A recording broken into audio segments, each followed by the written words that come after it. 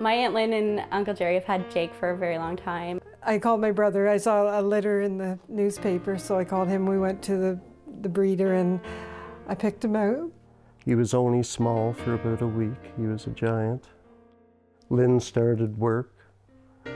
He was going through a little crisis. We knew we needed another dog for Jake's sake. We bought little Kyra for him.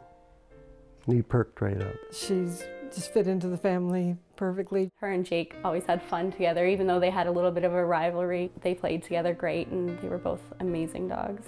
We happened upon the cabin and it seemed perfect. It was very private. The idea was to build a new home there. It was a Sunday afternoon. I was watching the football games. I'm kind of dozing on and off, so I said to him I'd like to go home soon, and I took the dogs for a final walk.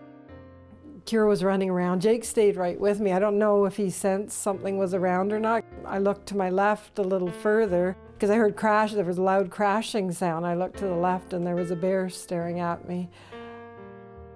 My thought was it was just going to run away, but it came right at me. I don't remember it knocking me down, but next thing I remember, it was on top of me and it started biting me right away. And then I really thought this thing's going to kill me because it wasn't stopping. It went from my stomach to my leg.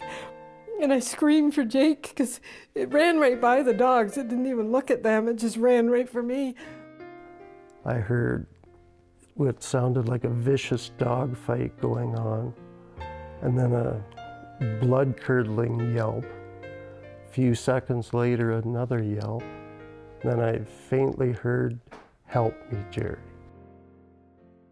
I watched and it pushed Jake to the ground, and then Kyra jumped in, and she must have been it, I guess, because she got it off of Jake. I jumped on the ATV, which was pointed right at the trail, and as I rounded the final bend, I seen Lynn in the middle of the path with one of her walking sticks, and Jake was laying at her feet, flat out, not moving. I thought, oh my God, what the hell's going on here? I lost all focus of where the bear was at that point. I was just so glad to see him coming towards me. But as I got closer, I could see she was just covered in blood. So I lifted her up, and the bear was behind her. So I grabbed her walking stick and threw it at it. Did nothing. To me, that was the only weapon that I had. And she says, "Don't throw that away. The bear might come back." I didn't want to say, "The bear's right behind you" again. So I started to turn around. I thought, this thing's going to charge us. Just then, Jake appeared. He got between us. Then Kyra appeared, and she circled the ATV as we were moving. And then I had one straight stretch, and I sped up. And poor Jake can't move very fast, so he was left behind a bit. I lifted Lynn into the truck.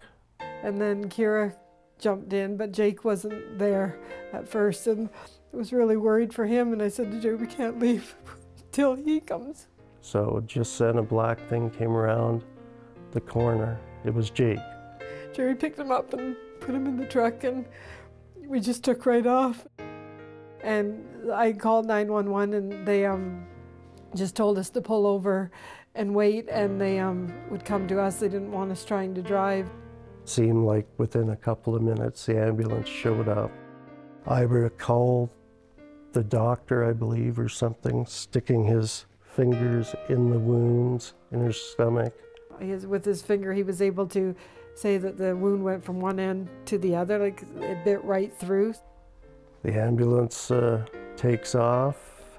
I rushed the two dogs to my friends.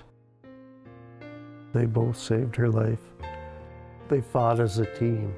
I'm so proud of Jake and Kyra for being inducted into the Purina Animal Hall of Fame.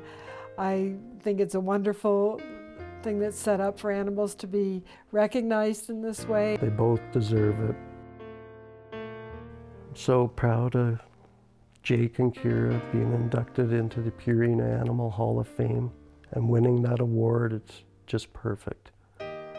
I wish Jake was here to share in it. We'll always miss him. He's buried out at the cabin where he loves it. He lived his life every day as a hero, and I think that they're very lucky to have had him, and he's very lucky to have had them. So grateful to them. They made it possible for me to still be here, because I don't think I would have been if it weren't for those two.